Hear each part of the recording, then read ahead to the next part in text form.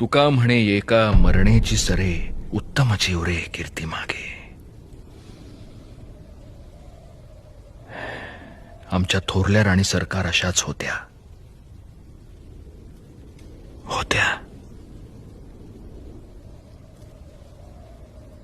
पण आपण आता मोहिमेच्या अशा टप्प्यावर आहोत की दुःख करत बसायला वेळ नाही.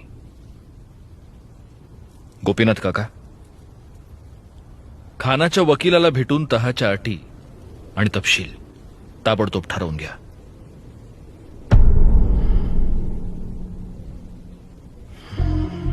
दोघांनीही येताना आपल्या बरोबर 10 शूर नेकजात आणि सशस्त्र हशम आणावेत आणि ते भेटीच्या शामियान्यापासून बाणाच्या टपियावर ठेवावे.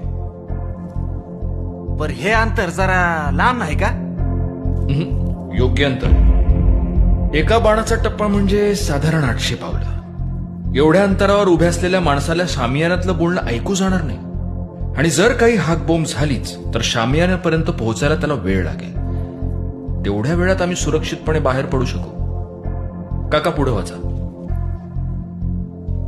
खान साहेबांनी प्रथम शामियान्यात यावे. हम पहले क्यों जाएंगे? जो शिवाजी के वकील ने कहा है कि शिवाजी आपके मन में शक का कोई अंदेशा नहीं रखना चाहता. आप अगर पहले जाएंगे तो मुलाकात की जगह महफूज है, इसकी खातर तवज्जो हो सकती है.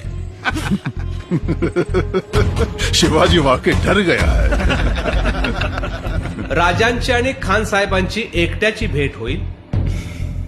त्यांचा आदर सत्कार व्हावा व तेथेच बोलणे व्हावे. बहुत खूब,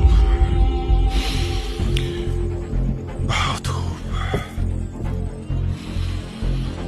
बस शिवाजी के सामने आने की देर है. सांजवाईच्या आत प्रतापगड जवळ करायला हवं. चला बिगी. जी आऊसाहेब. अहो थांबा थांबा थांबा थांबा थांबा. इकडनं नाही, इकडून चला. तू कोण? मेघाचा धनगर. राजांचा मावळा आहेस? होय आम्ही भरोसा कसा धरायचा? परवली आहे का तुझ्याकडे? होय, मी राजगडाच्या पायथ्याचा दगड. चला र. चला या या इकडे या.